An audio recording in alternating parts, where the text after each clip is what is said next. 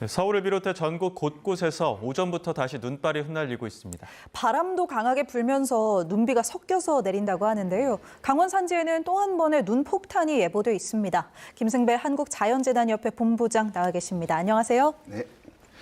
오전부터 서울도 눈이 시작됐는데 오늘 눈 네. 많이 옵니까? 그렇습니다. 지난번보다는 많지는 않겠지만 오늘 강원도 쪽에는 많게는 40cm 이상, 그러니까 주로 많이 오는 곳이 강원도가 될 것 같고요. 예. 나머지 서울도 지금 밖에 눈이 내리고 있는데 기온상으로 보면 내리자마자 바로 녹는 이제 그런 상태가 될 것으로 보입니다. 어찌됐건 강원도와 그러니까 강원도 동해안과 경상도 동해안 쪽에 많이 오는데 그 이유가 동해 쪽에서 동해 바다에서 내륙으로 지금 바람이 불고 있거든요. 자, 이런 동풍이 불어 들어오면 동해안 쪽에 어김없이 많은 눈이 내립니다. 네, 아직 퇴근 이야기하기 좀 이르긴 하지만 퇴근 시간대에는 눈 소식 어떻게 되는지 좀 그렇습니다. 궁금한데요. 이 눈이 저녁까지 갈 것으로 보이거든요. 그런데 아까도 말씀드렸지만 눈이 내리자마자 지금 이 도로에서 쌓이는 상태는 아니거든요.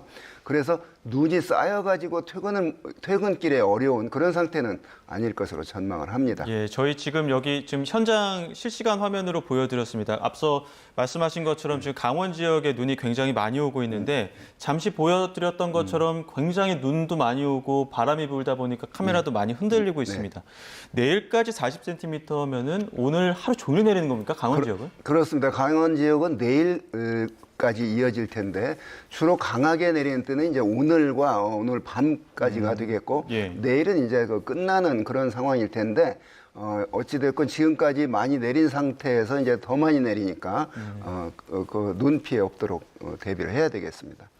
예. 네. 자, 그 강원 지역 말고 다른 지역은 어떻습니까? 그렇습니다. 지금 눈이 가장 많이 오는 지역은 이제 강원도 산간 쪽이 될 것으로 보이고요. 또 그다음 이제 많이 내리는 곳이 이제 경북 산간 지방이 될 것으로 보입니다.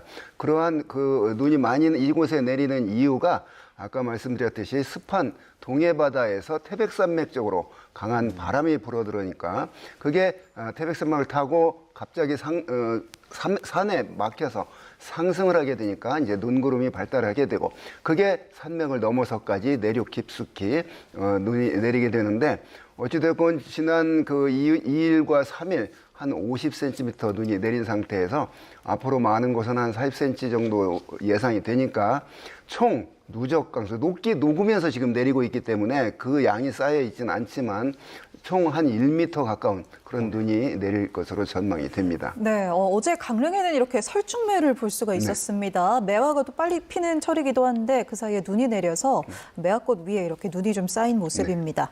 이번 눈이 이제 수분이 많은 습설이라고 하셨잖아요. 덕분에 강원의 건조특보, 산불 걱정도 좀 많이 했었는데 이건 좀 해소됐다고 볼 수 있을까요? 그렇습니다. 이번 남부에는 비, 중부에는 눈, 이 비와 눈이 가져다 준 효과는 그동안 겨울 내내 가물었거든요. 특히 태백산맥 동쪽에 있는 영동 지방은 겨울 내내 찬 북서풍이 불면서 산맥 동쪽은 굉장히 건조하거든요.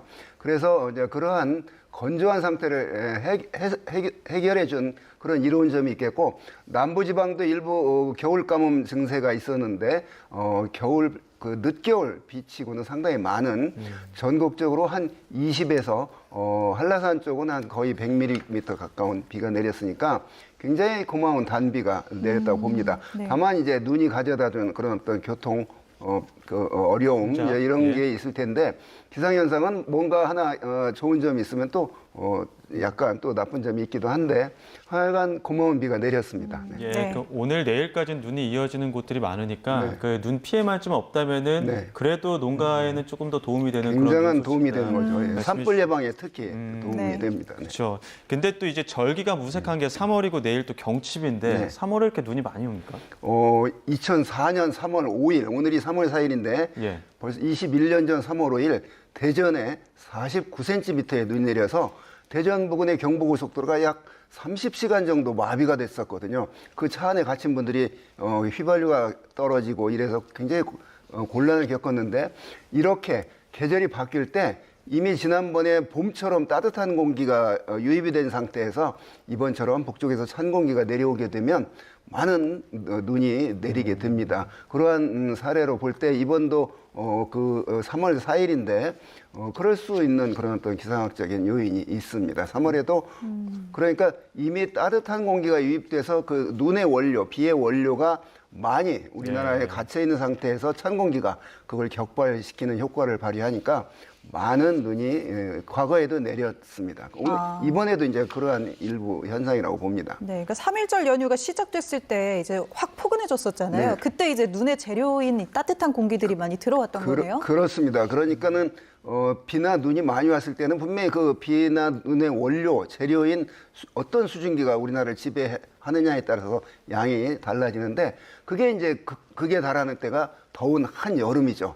그래서 그때 이제 여름에 비가 많이 오는 거고 사실은 이때 이제 봄, 가을은 겨울, 봄은 굉장히 건조한 기간입니다. 그래서 비가 오는 조건이 되더라도 양이 많지 않은데 이렇게 이번에 많이 오게 된 거는 지난 봄이 왔다 싶을 정도로 2, 3일 정도 굉장히 높은 기온을 보였는데 남서쪽에서 고온다습한 수증기가 유입이 됐고 지금도 남쪽에서는 그 고온다습한 수증기가 이동성 고기압 가장자리를 따라서 우리나라에 오고 있고 북쪽에서는 찬 공기가 내려오고 그게 우리나라에서 이제 부딪히니까 이런 기온이 높은 지역은 비, 기온이 낮은 지역은 눈이 내리고 있습니다. 네, 이렇게 한동안 좀 따뜻한가 싶다가 눈이 좀 많이 내리고 비 내리는 지역도 있는데 그러면서 기온도 좀 다시 뚝 떨어졌잖아요. 그렇습니다. 언제까지 좀 계속 다시 추울까요? 그렇습니다. 이 기온이 떨어졌기 때문에 비가 아니고 중부에서는 눈으로 바뀌었는데 계속해서 북쪽에서 찬 공기들이 내려올 것으로 보이기 때문에 평년 수준의 기온, 그게 서울 기준으로 볼 때 아침 기온이 한 0도에서 영상 1도 정도가 평년 기온이거든요. 예. 자, 그거보다 낮으면 이제 평년보다 낮게 되고, 그거보다 높으면 평년보다 높은 기온이 될 텐데, 자, 이러한 상태가 앞으로 오늘이 화요일인데, 이번 주말까지는 평년 수준, 그러니까 서울 아침 기온이 0도 안팎, 이런 그 쌀쌀한 날씨가 이어질 것으로 보이고요. 다음 주 초에는 이제 지난번처럼 또 따뜻한 공기가 유입이 되니까 또 금방 그 완전한 봄이 느껴질 정도고 그때 이제 꽃들이 반응을 할 텐데 그러면 계속해서 기온이 오를 것이냐?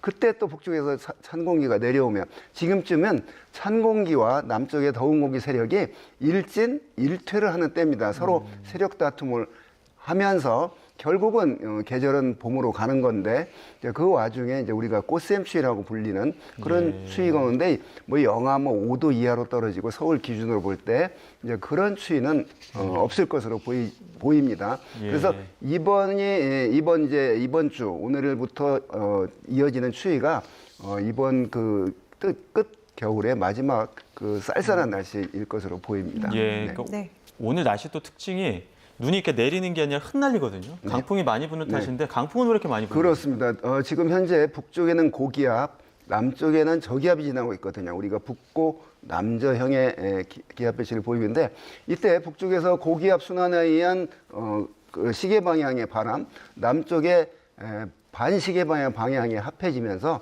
이런 기압 배치 때 남북의 기압 차이가 커지면서 바람이 강하게 부는데 이때쯤이 이제 봄이기 때문에 우리가 봄바람이 강하다 늘 말하잖아요. 그런 영향으로 바람이 강하게 불고 있고 자 바람이 강하니까 바닷물이 이제 출렁거리기 시작하죠.